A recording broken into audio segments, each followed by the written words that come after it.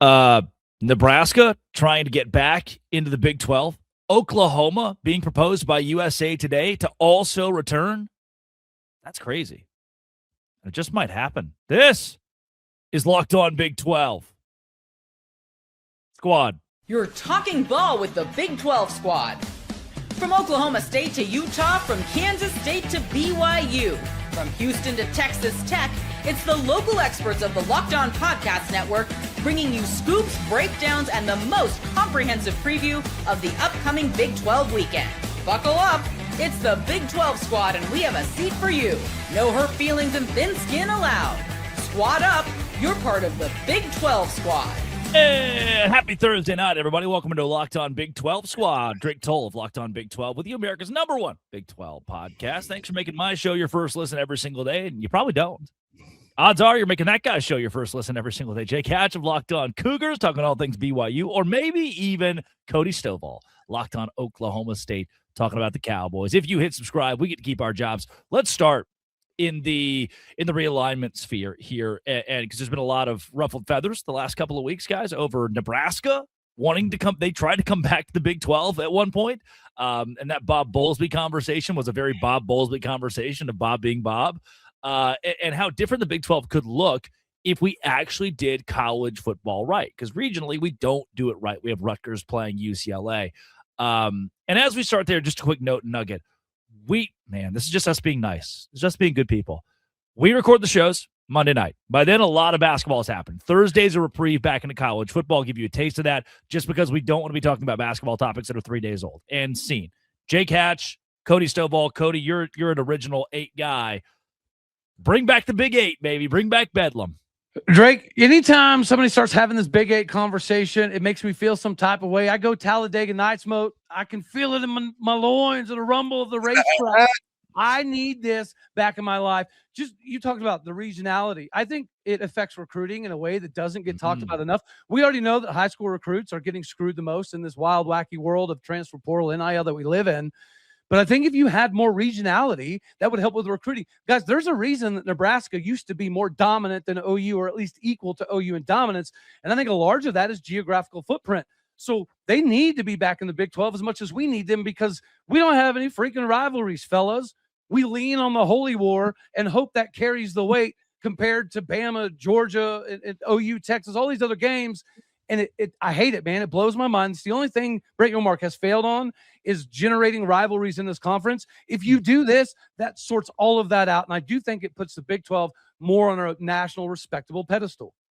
Hatch, would you take a Nebraska? Do you want that? Does a BYU fan want that? Or do you want to become the new darling, be the new Nebraska?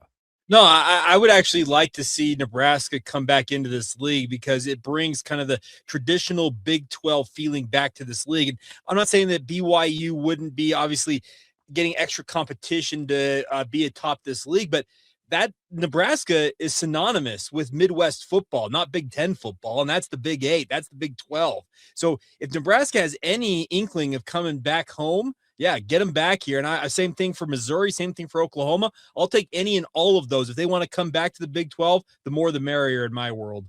Well, what's the biggest knock on the Big 12 is we don't have a flag bearer. We don't have a blue blood. We don't have somebody that can carry that mantle. Nebraska could come back to the Big 12 and at least carry that from a cachet perspective. Sure. It's a national talking point, right? Us being in the Big 12, we see it a little bit differently. But at the same point in time, that's why you want Miami. If the ACC falls apart, you got to have a flag bearer, and we currently don't have one. Nobody's ran away with it, right? Arizona State, BYU, nobody has taken the mantle of we're going to be that team yet. And Nebraska, unfortunately, they still carry that level of cachet. They're still kind of a blue blood, and I think they would have more success in the Big 12, which would help the Big 12. I think we need this, Drake. I really do.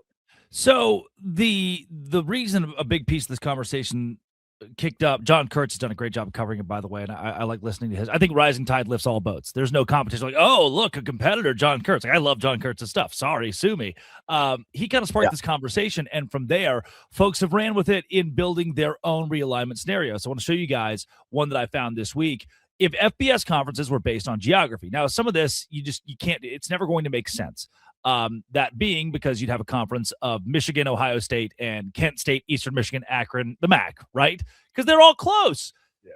if we could go back to day one of college football and start all over and have a conference where, hey, what if BYU, Oregon, Utah, Washington, Wyoming all had the exact same leg up, all had the exact same starting point on third base and could try to build in college football? This could work, but it makes me think too, man, how neat would it have been if we could have just gotten it right from the beginning? Money has ruined it, but regionality in college football is something we're missing at an extreme rate. And that's where I think we lose the nostalgia of the sport. That's why I think we've got to a callous point now where a lot of fans are saying, okay, I don't like watching Georgia play Ohio State every year anymore in the playoff. I want to see the underdogs and the fun matchups that are rare and unique. Well, and to your point, Drake, is this is a sport that was built on that regionality. And you mentioned it, the money's kind of ruined it all. Realignment, it was driven all by money. It always goes back to money. And that's the sad part about this, because we're seeing the professionalization of college sports unfolding right before us. And there's no way to go back to what it once was, sadly. Just the toothpaste is out of the tube at this point. And even as much as I would love to, you point out kind of that Northwest 12-team conference there that includes BYU, Utah, Colorado, Washington, Oregon.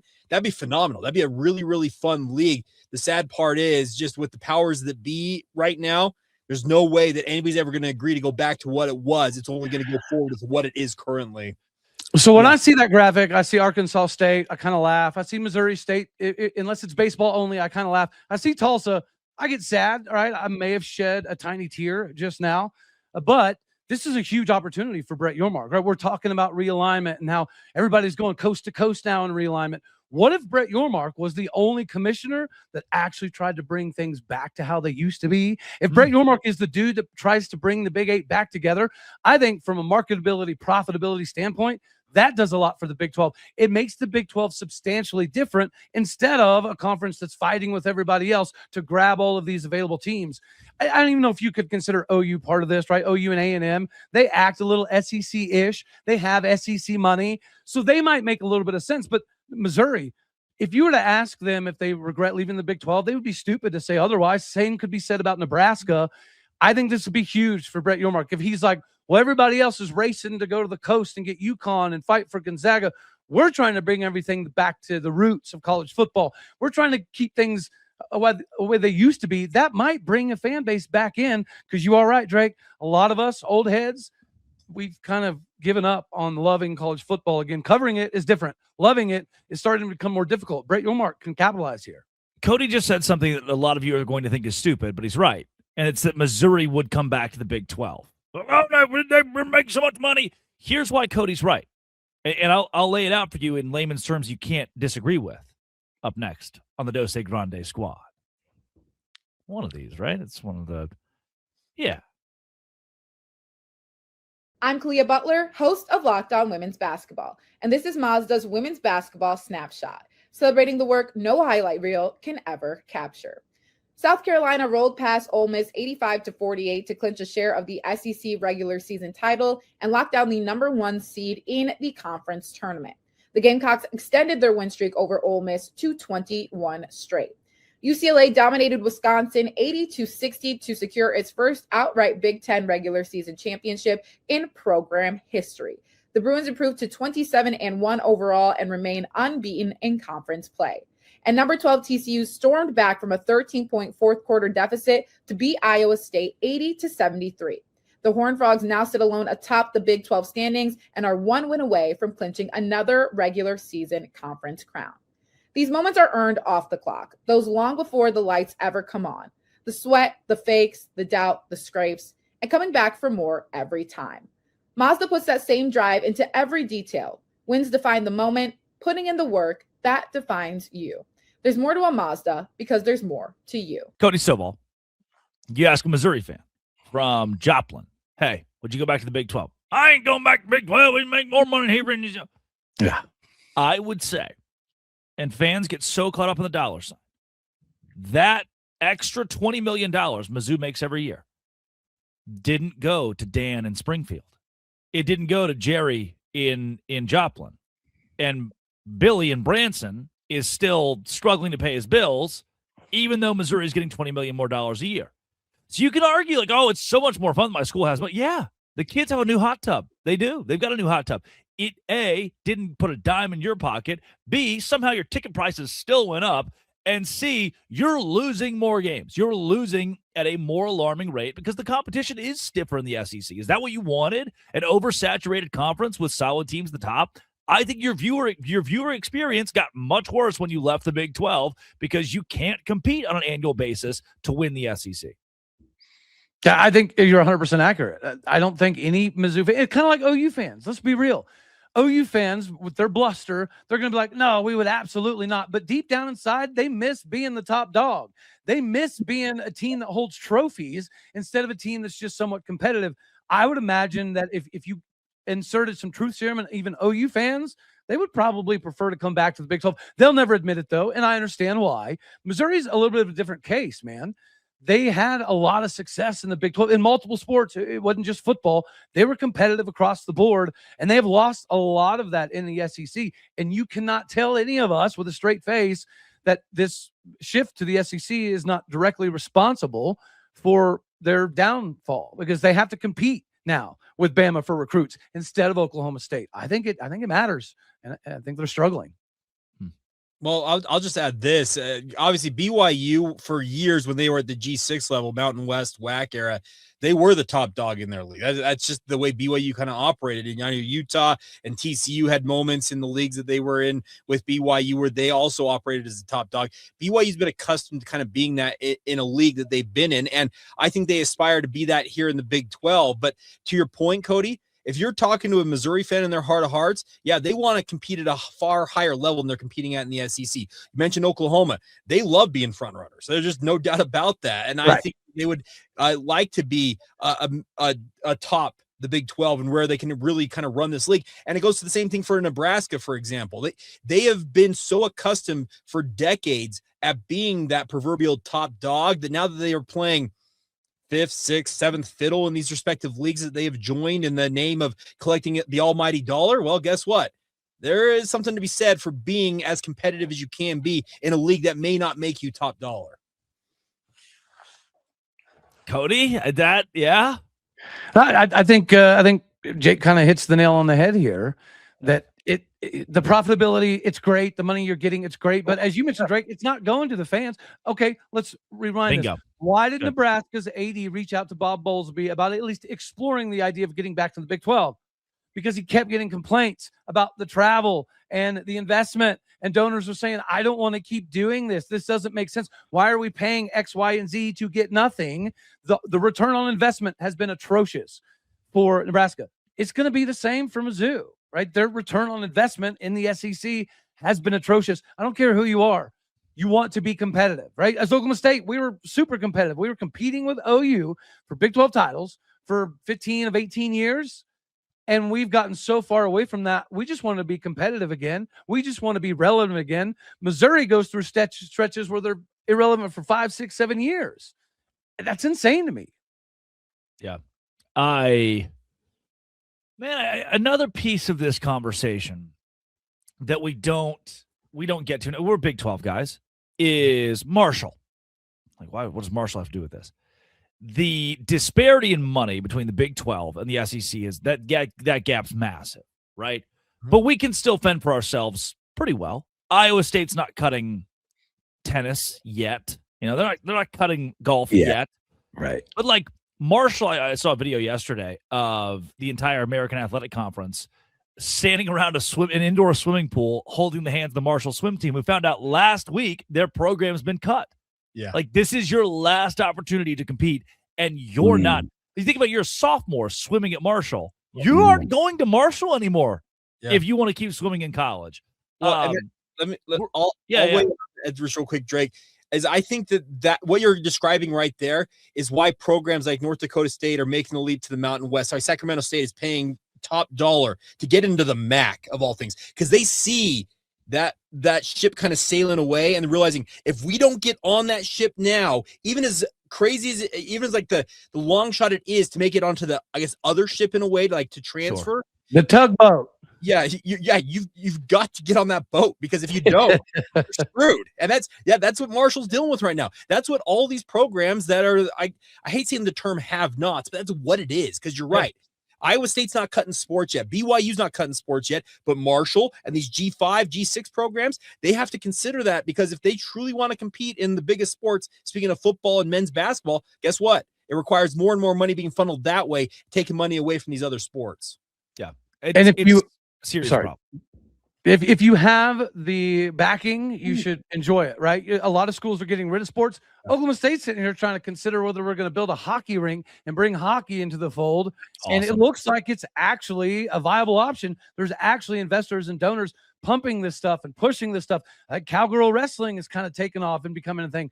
We might be adding sports. So Cowboy Country, we're not broke, right? Mike Gundy calling us poor. That wasn't true. We were just waiting on a reason to reinvest. We have found those reasons. It's good to be in Cowboy Country, even though it's been a little bit of a struggle the last couple of years. Well, I'll just say from the BYU perspective on this, for years, BYU boosters, and Drake and Cody, you know how robust the booster base is for BYU. For so many years, there was not I guess you call it a legal means for them to be able to invest the way that they wanted to invest in BYU athletics. With NIL and the advent of that becoming above board, BYU boosters like, I'm in, let's do this thing. And to BYU's credit also, they opened the floodgates and said, okay, if you want to invest money in this, we will invest it where you want us to invest it, and we'll put it into athletics. And that's why BYU is on what feels like a very much equal footing just 3 years into their Big 12 tenure, because that money has completely changed the dynamic for the Cougars. I think we just saved college football. Good job. Good work, guys. Make us. We'll be the commissioners of the sport now. Coming up, Brett McMurphy just released his way too early college football playoff. It features 2 Big 12 teams. One of them, big surprise. This is the Dose Grande Squad. Today's show is brought to you by 5 Hour Energy. Dog. Look, I get up every day at 5 o'clock, do a radio show in the morning, stay up late. Why do I stay up late? I'm 25. That's what you do when you're 25. With 5 Hour Energy, we're bringing you to the flavor draft. 18 different flavors to choose from, including new options like Confetti Craze, Fruity Rainbow, Cotton Candy, something for everyone. My number 1 overall pick, though, Strawberry Banana, Tropical Delight, sweet strawberry flavor. Love the Hawaiian Breeze. Been around with Watermelon and I hung out in high school, but it's Strawberry Banana for me. Very low acidity, easy to drink. 5 Hour Energy Shots gives you a boost with 0 sugar. 5 Hour Energy has a ton of upcoming flavor innovations as well. Find your new favorite flavor of 5 Hour Energy Shots available online, 5hourenergy.com or Amazon, 5hourenergy.com or Amazon. 5 Hour Energy. Drink one today. Also brought to you by Game Time. Game Time's where I go, man. Wanted to go to the Grand Ole Opry this weekend. And you're thinking, you can't go to Game Time and get tickets for the Grand Ole Opry. I did. Saturday, Oh Brother, Where Art Thou? The whole the crew that the talent that played on their album for that movie 25 years ago will be at the Grand Ole Opry. I wanted to go. Game Time got me the tickets. And for way cheaper than I thought that they would be. Game Time guarantee means 100% legitimate tickets as well. Take the guesswork out of buying tickets. Use code LOCKEDON for $20 off your first purchase. Terms apply. Code LOCKEDON when you download the Game Time app for $20 off. Download that Game Time app and do it today.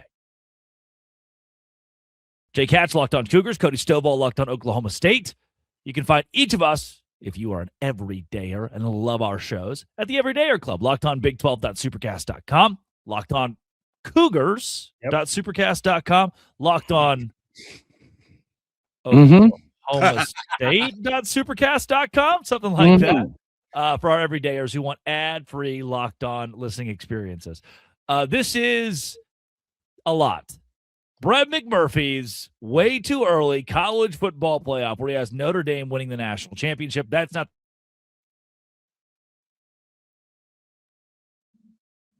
I think we lost Drake's audio there, but Cody, but he points out Notre Dame winning the Natty K. That's one thing, but did you notice right there, Utah as a playoff team? I see that, and you know what? This is disrespectful because Brett McMurphy is an Oklahoma State alum. He should be pumping this Drew Mestemaker, Caleb Hawkins, Wyatt Young to the CFP more than anybody. I cannot believe ESPN beat an alum to Oklahoma State getting into the CFP conversation. This is an egregious crime by a Cowboy. And that's the interesting part about this, Cody, is that Utah's got a whole new look in their coach. I know it's a holdover with Morgan Scalley taking over. He's been at Utah forever, but it's a new look on that offensive staff and whole new offensive line. I know that Devin Dampier is back, but I understand why Texas Tech is there. It's very clear that Texas Tech is going to be playoff caliber. I'm just a bit floored that Brett McMurphy, to your point, an Oklahoma State alum, he's back in the Utes more than he is O State. Well, it's got to be disrespectful to you too. Like, you guys have been the next best team in the Big 12 for 2 straight years and got screwed over 2 straight years. So if anybody's going to be poised for that position to compete with Tech, automatically it should be BYU.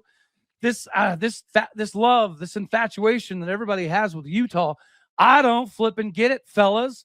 I don't. Hello, get gents. Hi, good to see you. Hey, buddy. It's me.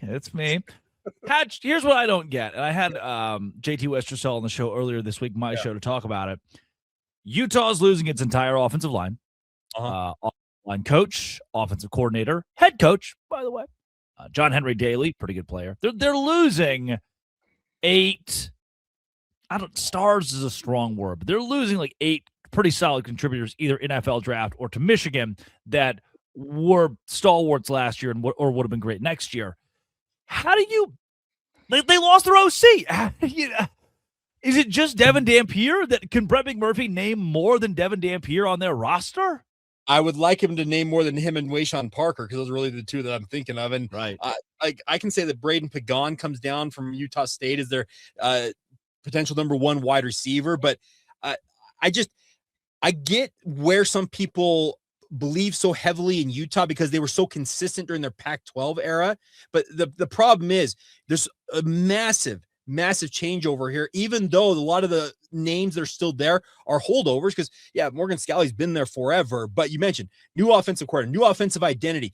Are they going to gel with that quarterback tandem, both Devin Dampier and Bird Ficklin, with Kevin McGibbon as their new offensive coordinator? What does the new O-line look like? I know that Kelvin Obot is the highest rated offensive tackle prospect in the entire country, and they're figuring he's going to hold down one of those spots, but there's 4 other guys on that offensive line that have to hold it down. Braden Pagan was really good at Utah State, but will that translate to the Power 4 level? I don't really question much of their defensive stuff. I just trust that they'll get it right. They've been very good defensively. But yet again, question marks about Utah's offense, and that's kind of been what has just been the bugaboo of their chances of really achieving true greatness in college football. And I'll just say from my side of things, I'm sitting over here like, what does BYU got to do to earn some respect around here? Well, guys, and Utah didn't even go out and get Haas Haney, which we all know is better than Devin Dampier. So it doesn't make sense. It's so I've been told. Illogical. Maybe our fellow Cowboy Brett McMurphy was indulging in the spirits a little heavily. Maybe that was it. Could be. Could be the Notre Dame winning the Natty also doesn't make any sense either, because I don't think the record's going to set them up to be successful in the playoffs. They're going to run into a brick wall when they enter the playoffs because their schedule's extremely soft. Yeah, they have a couple big games. Cody, they're going to run into a brick wall in Provo, Utah in mid-October. Let's just put it that way. But they're still going to get in the playoff because they're going to win all those other cupcake games in between them, and then they're going to get to the playoff, and they're going to get their face kicked in because they're not prepared. When you only have one tough game all year, I'm sorry, you're not prepared for the physicality of playoff football. You might not even be prepared for the physicality of bowl game football. This is the worst year ever to give Notre Dame this pass is with this schedule that Notre Dame got. It's absolute insanity to me, fellas. You know, on that Utah front, though, the schedule is so easy to start the year. Idaho, Arkansas, Utah State. Utah what? Yeah. 3-0 at Iowa State. Okay, I don't think Iowa State's going to be very good. Kansas at home. Win. That's a win. They're 5-0, and then they go at Colorado. Should be a win. Yeah, they might start 6-0 next season, given the schedule they have. That can propel. Now, you know, we've seen plenty of teams. Cincinnati's a great example this year, just completely bottoming out after having a great first half of the season. That could happen. But if you start 6-0, that kind of momentum driving into games at home against Houston, on the road against Cincinnati. I mean, that's 7-1. That's good. I just threw up in my mouth a little bit when you said Utah could be 6-0. Here's the thing. I've looked at their schedule and I agree. They could, the first half of the season, they should cakewalk through it. But to your point, Drake, that's going to build the hype train. That's what's going to be carrying Utah's rep in the back half of the season. Yeah, they'll probably falter a time or two in that back half, but let's say they're 10-2 at that point. they're going to be having a lot of people saying, well, remember how good they were early this season. And I know that the opponents, it's supposed to be monitored, but we all know that it can be overlooked at times. I feel like the hype train, if the first half of the season goes the way that it projects for Utah, that's what will kind of drive this whole true playoff push for Utah, as much as I believe that it's BYU's rightful place to be in that spot. Fellas, do we need Utah to be good? Because nationally, everybody and their mom has just been waiting and hoping and praying for Utah to take over the Big 12, to win a Big 12 title. It does seem like they get the most push of everybody in the conference from a national perspective. It almost feels like it would be better for the Big 12 at this point in time for Utah to, I don't know, win something, because they are projected to win almost everything all the time. I don't get it, but they get more national respect than even Texas Tech for whatever reason. Yeah. It almost feels like the country wants Utah to be good, and that will help the Big 12 look good. But then if Utah is good, they're just going to talk about wanting to be in the Big 10 anyways. So it's darned if you do, darned if you don't, huh? Yeah, that's good. That's a really good point, though. You're right. I mean, I also don't entirely understand it. I guess it's the Rose Bowls there at the Pac-12 championships that gave them a good leg up. Okay, but you're right. America they have rose-colored glasses. They do. Well, I can just say this. I do know that the national media absolutely loved Kyle Whittingham, and they're going to love him in Michigan, obviously, because he has the national media eating out of his hand. I cover Utah heavily out here in Utah, doing what I do in sports radio. He has built a reputation for Utah that they're a darling of the media because he treated the national media so well. I think that's being obviously projected on to what Morgan Scalley is doing now. And Morgan's going to do, I think, the exact same thing. He's going to treat the national media very well, and they'll obviously hype up Utah as a result. But to your point, speaking of you, Cody, you've got to see Utah finally go out there and achieve what people are projecting them to do. Remember, they were supposed to come into this league year one and run it. And yes, I know that the Cam Rising injury derailed everything for that football team, but they've got to finally live up to the hype if they really want the national media to continue to give them the love that they're giving them. Bro, I would bet JT's left testy that if they had the exact same record as you did, they would have been in the playoffs this year. You're probably right. If they had the exact same scenario as BYU, same schedule, same outcome, same Heisman contenders, whatever. Over the last 2 years, they'd have got in one of those years just because of their darling rose-colored glasses by the national media. I agree. Maybe I'm wrong, but and that's not even. In saying that, I'm not even mad at Utah about that. I'm more mad that BYU didn't get that. But good for you, Utah. We're not upset. It's just do something. Do something. It almost feels like we need to come around to Utah being good. We need Utah to win a title to give the Big 12 more credibility, and then we beat the tar out of Utah for the next 5, 6, 7 years. That's what we all need to happen. And now JT is checking his manhood to make sure it's all in. Yep, he's to make sure he's good to go. That is Jake Hatch of Locked On Cougars, Cody Stovall, Locked On Oklahoma State. Those two guys find them every single day right here on the Locked On Podcast Network. This has been, it always will be, Locked On. Thanks for making our shows your first listen every single day. It's the No Say Grande Squad.